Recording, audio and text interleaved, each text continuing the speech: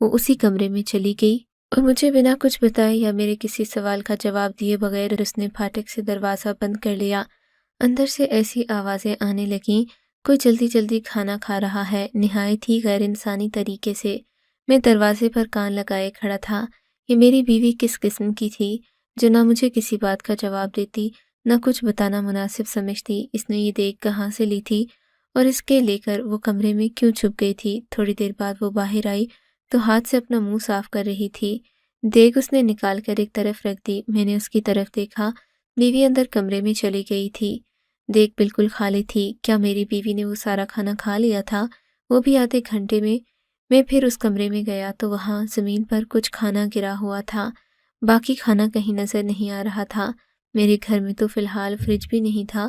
بیوی کو جا کر چیک کیا تو وہ اپنے کمرے میں سکون سے سو رہی تھی۔ ایک تو اتنی بڑی دیگ منگا کر اسے کھا گئی، اوپر سے یہ بھی نہ کیا کہ ایک پلیٹ میرے لیے ہی رکھ دیتی۔ میں نے وہی رات کا سالن کر سوچنے لگا، شادی کے بعد بھی یہ سارے کام خود کرنے تھے تو پھر شادی کیوں کی تھی؟ میں کھانا کھانے کے لیے ہی گھر آیا تھا، تھوڑی دیر بعد وہاں سے واپس چلا گیا، لیکن رات کو آیا تو سامنے کے منظر میں کچھ تبدیلی آ گئی تھی۔ میری بیوی تیار ہو کر کھڑی تھی۔ اس نے بہت اچھا کھانا بنایا تھا، بہت پیاری خوشبو آ رہی تھی۔ اس نے ٹیبل پر کھانے لگا دیا۔ مجھے کہا، اب ہاتھ منہ دھو لیں۔ بالآخر مجھے احساس ہوا جیسے میری نئی نئی شادی ہوئی ہے۔ دل میں بہت خوش ہو گیا۔ بیوی نے بہت اچھا کھانا بنایا تھا، لیکن جب رات ہوئی تو ایک نیا تماشا میرا انتظار کر رہا تھا، اور وہ یہ کہ میری بیوی کمرے میں نہیں تھی، اور جب اسے تلاش کیا تو مجھے مل گئی، پر وہ کچن میں کھڑے ہو کر کھانا بنا رہی تھی۔ جب میں نے اسے بلایا تو وہ بری طرح چونک گئی، کہنے لگی کہ تم نے مجھے ڈرا دیا۔ میں نے کہا، ڈرا تو تم مجھے رہی ہو، رات کے ٹائم کچن میں کھڑی ہو کر کیا کر رہی ہو؟ کہنے لگی، صبح گیس نہیں آتی، نہ رہی ہوں۔ بات تو بجا تھی، لیکن اتنی بھی کیا جلدی تھی؟ میں نے اسے کہا، 12 بجے کے بعد گیس آتی ہے، میں 2 بجے گھر آتا ہوں، تم 12 بجے کے بعد آرام سے کھانا بنانا۔ اپنی نیند خراب کرنے کی کیا ضرورت تھی؟ میں نے جب غور کیا تو وہ بہت زیادہ کھانا بنا رہی تھی۔ اتنا کھانا تو ہمارے گھر میں نہیں بنتا تھا، کیونکہ ہم 2 ہی لوگ تھے۔ میری بیوی نے کہا، نہیں، صبح مجھے آرام کرنا ہوتا ہے، ابھی کام ختم کر کے جاؤں گی تو سکون سے سو جاؤں گی۔ میں نے کہا، تمہاری حرکتیں تھوڑی عجیب ہیں۔ کہنے لگی، یہاں سب لوگ مجھے یہی کہتے ہیں، لیکن اب آپ کے ساتھ رہنا ہے تو مجھے برداشت کریں۔ میں نے کہا، نہیں، ایسی بات نہیں، تم بہت اچھی ہو، چلو آ جاؤ، اب بس کرو، باقی کھانا صبح بنا لینا۔ لیکن وہ کہنے لگی، نہیں، مجھے آج ہی یہ کام کرنا ہے۔ میری بیوی کھانا بھی بہت زیادہ بناتی اور کھاتی بھی بہت تھی۔ عجیب بات یہ کہ اسے کمرے میں جا کر کھاتی، اس کے علاوہ اسے کمرے میں جا کر کھاتی، اس کے علاوہ وہ روز ایک دیگ بھی منگواتی، لیکن اس دیگ کے پیسے وہ کہاں سے لا رہی تھی؟ میں تو ابھی تک اسے جیب خرچ نہیں دیتا تھا۔ اگر اسے سلامی میں بھی پیسے ملے تھے تو وہ پیسے کب تک چلنے تھے؟ میں نے اس سے پوچھ لیا کہ یہ دیگ کا کیا سسٹم ہے؟ وہ کہنے لگی، کھانے کی دیگ کا کیا سسٹم ہے؟ میں نے کہا، دیگ کیوں منگواتی ہو؟ بیوی کہنے لگی، ظاہر ہے کھانے کے لیے منگوائی جاتی ہے، اس کے پیسے کہاں سے لیتی ہو؟ دیگ آج کل کون سی سستی ہے؟ میری بیوی نے کہا کہ سب میں اس کے پیسے نہیں لگتے، اگر پیسے لگتے تو میں نے پیسے دینے تھے کیا؟ میں نے کہا، ایسی بات نہیں ہے، اگر تم کو اتنی بھوک لگتی ہے کہ تمہارا کھانا میں پورا نہیں کر پاتا تو پھر میرے ساتھ تمہارا رہنے کا کیا فائدہ؟ تمہاری ذمہ داری پوری کرنا ہی میرا کام ہے، لیکن تم اتنا کھانا کیسے کھا جاتی ہو؟ میری بیوی نے کہا، مجھے بہت کام ہے، میں اس طرح آپ کے ساتھ باتیں نہیں کر سکتی، مجھے میرا کام کرنے دیں۔ اٹھ کر چلی گئی۔ عجیب ہے، نہ وہ میرے پاس بیٹھتی، نہ مجھ سے بات کرتی، بس اپنی ہی دنیا میں مصروف رہتی۔ اتنا کھانا کھاتی کہ پتہ نہیں کھانا کہاں جاتا۔ دیکھنے میں تو دبلی پتلی سی تھی، میں تو اسے دیکھ کر خوش ہوا تھا، کیونکہ مجھے تو بڑی پتلی لڑکیاں اچھی لگتی تھیں، لیکن مجھے کیا پتہ تھا مجھے دبلی پتلی بیوی ملے گی، لیکن وہ کھانا 10 عورتوں کے برابر کھاتی ہوگی۔ وہی کھانا وہ مجھے کیوں نہیں دیتی تھی؟ کیا میری بیوی بھوکی ہونے کے ساتھ خود غرض بھی تھی؟ وہ بھی اس حد تک، اب تو گھر آنے کا دل نہیں کرتا تھا۔ بیوی اپنی ہی دنیا میں رہتی، کھانا ہی اس کے لیے سب کچھ تھا، میرا اسے کوئی خیال نہیں تھا۔ ہماری ابھی شادی ہوئی ہے، کوئی فرمائش بھی نہیں کرتی تھی کہ آج کہیں باہر جاتے ہیں۔ پتہ نہیں خاندان والوں نے مجھ سے کون سی دشمنی نکالی۔ ایک دن اداس سا گھر آیا تو سامنے کا منظر دیکھ کر میرے قدموں تلے سے زمین نکل گئی۔ میری بیوی بے ہوش پڑی تھی۔ زمین پر جا کر گیا تو اسے ہوش نہیں آ رہا تھا۔ فوراً ڈاکٹر کے پاس لے گیا۔ ڈاکٹر نے کچھ ٹیسٹ کروائے اور کہا تھوڑی دیر بعد آپ کو بتاتے ہیں۔ آپ کی بیوی کو ہوش نہیں آ رہا۔ میں بہت پریشان ہو گیا کہ جانے میری بیوی کو کیا ہو گیا ہے۔ آخر کو وہ میری بیوی تھی، میں نے اسی کے لیے پریشان ہونا تھا۔ تھوڑی دیر بعد ڈاکٹر صاحب نے مجھے اپنے کمرے میں بلایا تھا کہ آپ کی بیوی کو ہوش آ گیا ہے، وہ بالکل ٹھیک ہے۔ میں نے کہا وہ اچانک بے ہوش کیوں ہو گئی تھی؟ کہیں کوئی خوشخبری تو نہیں ہے؟ مطلب وہی بات کہ میں باپ تو نہیں بننے والا۔ ڈاکٹر صاحب نے کہا جی نہیں، ایسی کوئی بات نہیں، اگر ان کے ایسے ہی حالات رہے تو پھر یہ بات ہوگی بھی نہیں۔ میں نے کہا کیا حال ہے؟ میری بیوی تو اچھی بھلی ہے۔ کہنے لگے اچھی بھلی نہیں ہے، آپ کی بیوی کو خوراک کی کمی ہے، اس لیے وہ بے ہوش ہوئی ہے۔ ڈاکٹر کی یہ بات سن کر میرے سر کے اوپر سے 4 پنچھی اڑ گئے، کیونکہ میری بیوی تو روز ایک پوری دیگ کھا جایا کرتی تھی، پھر خوراک کی کمی کیسے ہو سکتی تھی؟ تو کہا شاید آپ کو کوئی غلط فہمی ہوئی ہے، ان کو خوراک کی کمی بالکل نہیں ہے۔ ڈاکٹر نے کہا ہم نے سارا چیک کیا ہے، ان کے بلڈ شوگر لیول میں بھی کمی تھی، لگتا ہے انہوں نے کافی دنوں سے کھانا نہیں کھایا، آپ ان کا کھانا پورا نہیں کر پا رہے کیا؟ ڈاکٹر کی ساری بات سمجھ میں تو نہیں آ رہی تھی، مگر میں نے ان کو کہہ دیا کہ میں اس کا خیال رکھوں گا، آئندہ سے کوئی غلطی نہیں ہوگی۔ ڈاکٹر نے کہا انسان اس طرح کبھی بھی بے ہوش نہیں ہوتا جب اس نے کم سے کم 3 سے 4 دن تک کھانا نہ کھایا ہو، یہ کوئی اچھی بات نہیں، آپ اپنی بیوی کا خیال رکھیں۔ بیوی کو تھوڑی دیر کے بعد میں گھر لے آیا، اس کے سامنے کھانے کی پلیٹ رکھی، میں نے کہا کھانا کھا لو، وہ کہہ رہی تھی میرا کھانے کا دل نہیں چاہ رہا۔ میں نے تھوڑا غصہ کیا تو اس نے کھانا کھا لیا۔ میں نے اسے کہا روز اس گھر میں ایک دیگ آتی ہے جو تم اکیلی ہی کھا جاتی ہو، ایک دانہ بھی کسی اور کو نہیں دیتی۔ ڈاکٹر تو کہہ رہی تھی کہ تمہیں خوراک کی کمی ہے، اس کا کیا چکر ہے؟ مجھے فوراً بتاؤ۔ بیوی نے کہا کوئی چکر نہیں ہے، اور شاید میں کسی اور وجہ سے بے ہوش ہو گئی تھی۔ ڈاکٹر ویسے بھی بہت اندازے لگاتے ہیں، مجھے نیند آ رہی ہے، سونے دیں۔ میری بیوی پہلو بدل کر سو گئی۔ میں نے اسے جگایا نہیں، کیونکہ جگایا اسے جاتا ہے جو سو رہا ہوتا ہے۔ میری بیوی تو سو نہیں رہی تھی، سونے کی ایکٹنگ کر رہی تھی، جیسے کہہ رہی ہو کہ میری جان چھوڑ دو، مجھ سے کوئی سوال نہ کرو۔ لیکن سوال تو میرے دل میں بہت بڑا آ گیا تھا۔ ایک طرف تو میری بیوی پاگلوں کی طرح کھانا کھا رہی تھی، دوسری طرف ڈاکٹر نے کہا کہ اسے خوراک کی کمی ہے، اس کا مطلب وہ کھانا نہیں کھا رہی تھی۔ اس دیگ میں ضرور کچھ اور تھا، یہی وجہ تھی کہ میری بیوی نے آج تک وہ دیگ میرے سامنے نہیں کھولی تھی۔ وہاں سے ڈائریکٹ ہی کمرے میں لے جاتی، واپس باہر نکلتی تو دیگ بالکل خالی ہوتی۔ شام کو بیوی نے کہا امی کی طرف لے جائیں، دل گھبرا رہا ہے۔ میں اس کو اس کی ماں کے گھر لے گیا، پر وہاں پر ہم سے پہلے میری بیوی کی کوئی خالہ وغیرہ بیٹھی تھیں۔ مجھے دیکھ کر عجیب سی حالت میں آ گئیں، جیسے سوچ رہی ہوں کہ اتنا اچھا لڑکا اسے کیسے مل گیا۔ پھر میری بیوی کے گھر والے مجھے اس خالہ کے ساتھ اکیلے نہیں چھوڑ رہے تھے، اور وہ مجھے کچھ بتانے کے لیے بے چین نظر آ رہی تھی۔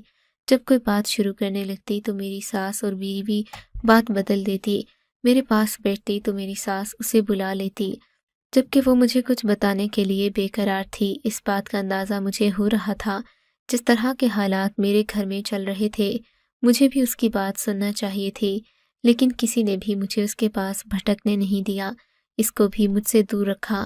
لیکن شام کو مجھے ایک اننون نمبر سے کال آئی۔ جب میں نے کال لی تو حیران رہ گیا، یہ تو میری بیوی کی خالہ تھیں۔ انہوں نے کہا تم کو تمہاری بیوی کے بارے میں بہت ہی عجیب بات بتانی ہے، جسے سن کر شاید تم اسے طلاق ہی دے بیٹھو۔ ہم کسی کے گھر برباد نہیں کرتے، خود بیٹیوں والے ہیں، لیکن یہ بات بہت بڑی ہے، مجھے لگتا ہے یہ چھپائی ہوگی۔ میں خالہ کی بات سن کر حیران رہ گیا۔ کیا بات ہے؟ مجھے جاننا ہے۔ تمہاری بیوی تمہیں یہ بات کبھی نہیں بتائے گی، پر تمہاری بیوی شادی سے پہلے، ابھی خالہ نے اتنی ہی بات کی تھی کہ کال کٹ گئی، شاید ان کا بیلنس ختم ہو گیا تھا۔ میں نے ان کو کال بیک کی، لیکن ان کا فون بند جا رہا تھا۔ انہوں نے تو فون کر کے مجھے ڈرا دیا تھا، ایک تو اس طرح کی تمہید باندھی، بات بھی پوری نہ بتائی۔ کیا مطلب اس بات کا کہ تمہاری بیوی شادی سے پہلے؟ کیا مطلب میری بیوی شادی سے پہلے کیا کرتی تھی؟ مجھے جاننا تھا۔ لیکن اتنا تو میں سمجھ گیا تھا کہ میری بیوی کا جو بھی راز ہے، اس کا تعلق اس دیگ سے ضرور ہے۔ اس میں کھانا بالکل بھی نہیں ہوتا تھا، کیونکہ اگر اس میں کھانا ہوتا تو میری بیوی کو خوراک کی کمی کبھی نہ ہوتی۔ اب مجھے کسی بھی طرح اس دیگ کا راز جاننا تھا۔ اگلے دن میں اس کمرے میں چھپ گیا جس کمرے میں میری بیوی اس دیگ کو رکھ کر کھایا کرتی یا جو بھی کرتی۔ بیوی کو یہ ظاہر کیا کہ آفس، لیکن گھوم پھر کر واپس آ گیا۔ نظر بچا کر کمرے میں گیا، وہاں اتنا سامان پڑا تھا کہ میں آسانی سے چھپ سکتا تھا، کسی کو پتہ بھی نہ چلتا۔ دروازے پر کسی ہلکی آواز آئی، یعنی وہ دیگ آ گئی تھی۔ میری بیوی دیگ کو بہت محتاط طریقے سے کمرے میں لے آئی۔ اس نے دروازہ بند کر دیا، خود سے ہی کچھ بڑبڑا رہی تھی، کہنے لگی میں کیا کر رہی ہوں، کیا کروں، کچھ سمجھ نہیں آتا، تم بھی کیا سوچتے ہوگے میں تمہارے ساتھ کیا کر رہی ہوں۔ جب اس نے یہ بات کہی تو میں نے اس کو دیکھا، یہ کس سے بات کر رہی ہے، کہیں اس نے مجھے تو نہیں دیکھ لیا، لیکن ایسا نہیں تھا، وہ اسی دیگ سے باتیں کر رہی تھی۔ مجھے گمان ہونے لگا کہ شاید میری بیوی پاگل ہے، ورنہ وہ دیگ سے باتیں کیوں کرتی، لیکن مجھے دیگ کا راز جاننا تھا، مجھے میری بیوی کو منظر سے غائب کروانا تھا۔ میں نے رومال پر پہلے سے ہی بے ہوشی کی دوا لگا لی تھی، پیچھے جا کر وہ اپنی بیوی کی ناک پر رومال رکھ دیا، 2-3 منٹ میں ہی وہ بے ہوش ہو گئی۔ اسے ایک طرف رکھی چارپائی پر لٹا کر دیگ کی طرف آیا۔ مجھے تھوڑا ڈر بھی لگ رہا تھا، میں پریشان بھی تھا، پتہ نہیں اس میں سے کیا نکلے گا۔ اگر اس میں کھانا ہوتا تو کبھی بھی اسے اس طرح نہ باندھا جاتا۔ کانپتے ہاتھوں سے جب دیگ کا ڈھکن ہٹایا تو حیران رہ گیا، کیونکہ اس کے اندر میری بیوی کا 12 کلو کا سامان تھا۔ اس دیگ میں کھانا ہی تھا، لیکن کھانے کے پارسل بنے ہوئے تھے۔ ان پارسل پر مردوں کے نام لکھے تھے، کسی پر افضل لکھا تھا تو کسی پر علیم۔ اس کمرے کا ایک ہی دروازہ تھا، لیکن کھڑکی ضرور تھی۔ تھوڑی دیر بعد کھڑکی پر دستک ہوئی، ایک ہاتھ اندر آیا اور کہنے لگا میرا کھانا۔ میں خاموش تھا کہ یہ کیا ہو رہا تھا۔ وہ کسی مرد کا ہاتھ تھا جو سب سے اوپر پارسل پڑا تھا، اس پر لکھا تھا افضل۔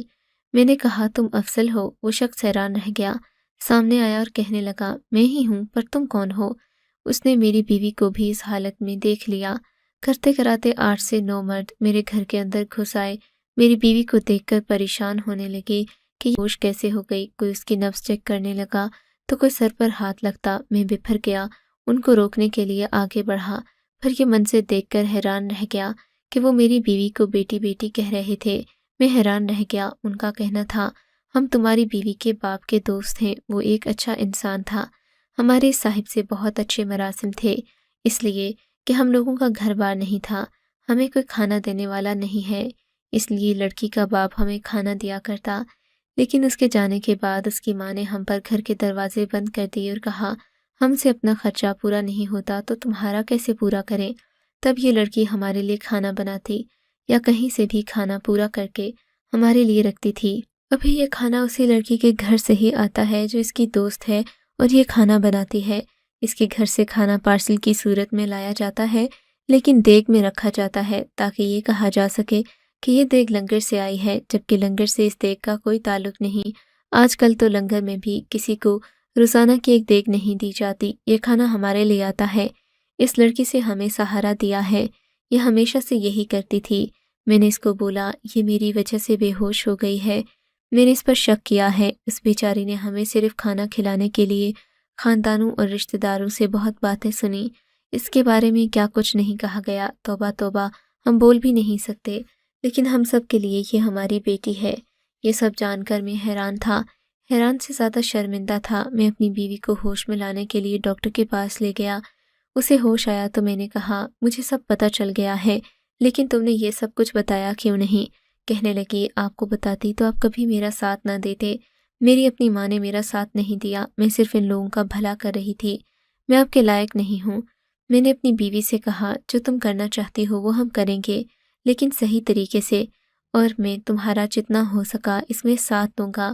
میری بیوی نہ صرف ان لوگوں کے لیے کھانے کا انتظام کر رہی تھی، بلکہ اسے کھانے کے پیسے چکانے کے لیے دن بھر کپڑے سلائی کرنا پڑتے، کیونکہ میں تو گھر میں ہوتا نہیں تھا، تبھی وہ ہر وقت مصروف رہتی، گھر کے باقی کام بھی نہیں کر پاتی۔ میں نے کہا یہ سب کرنے کی ضرورت نہیں ہے، ہم لوگوں کے لیے ایک چھوٹا سا فاؤنڈیشن بنائیں گے، لوگوں کے عطیات سے ان لوگوں کے کھانے کا انتظام کریں گے۔ ہم لوگوں نے ایسا ہی کیا، لوگوں نے ہم پر بھروسہ کر کے پیسے دینا شروع کیے، جیسے ہم نے ان لوگوں کے لیے ایک چھوٹا سا کاروبار بنا لیا۔ اب یہ اس قابل ہو گئے ہیں کہ اپنے لیے خود کھانا کما سکتے ہیں۔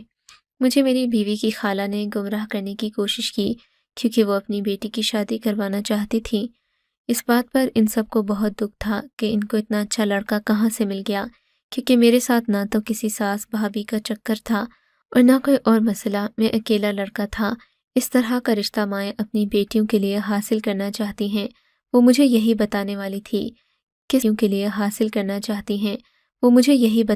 تھی کس کا چکر ہے۔ میری بیوی کے بارے میں یہی باتیں مشہور کی گئی تھیں، لیکن دراصل یہ ان لوگوں کو کھانا کھلا رہی تھی اور یہ سب اسے اپنی بیٹی سمجھتے۔ ہمارا معاشرہ بہت برا ہے، یہاں پر اگر کوئی نیکی کرے تو اس نیکی کو اس کا گناہ بنا دیا جاتا ہے اور وہ شخص نیکی کرنے سے بھی پیچھے ہٹ جاتا ہے۔ پھر یہ لوگ یہ بھی کہتے ہیں کہ انسانیت کا زمانہ نہیں ہے۔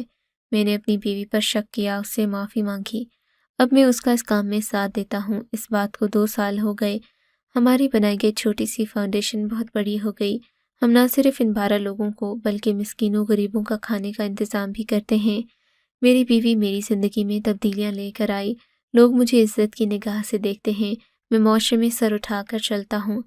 ایسا میری بیوی کی وجہ سے ہے۔ اس نے آپ کو اگر یہ کہانی اچھی لگی ہے تو اس ویڈیو کو لائک کیجیے اور اس طرح کی مزید کہانیاں سننے کے لیے ہمارے چینل کو ضرور سبسکرائب کیجیے۔ کہانی سننے کا شکریہ۔ آپ سے ملاقات ہوگی اگلی ویڈیو میں، تب تک کے لیے اللہ حافظ۔